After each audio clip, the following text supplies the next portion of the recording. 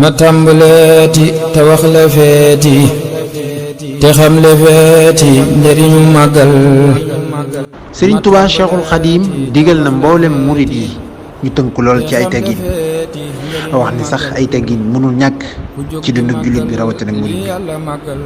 teggin ci ni ngay waxee, teggin ci say jëf, waaye itam am yi teggin ci ni ngay jëflante ak nit ñi. loolee lu am solo la ci waxtu dundal fukki fan ak juróom-ñett ci weeru safar wi di màggal gi. kon képp kook mi ngi jug ngir jëm si ci dëkk bu sell wi di Touba, bokk na ci yi mu war a sàmm wanteel mooy làmboo ay teggin ci zaahir ak baatin.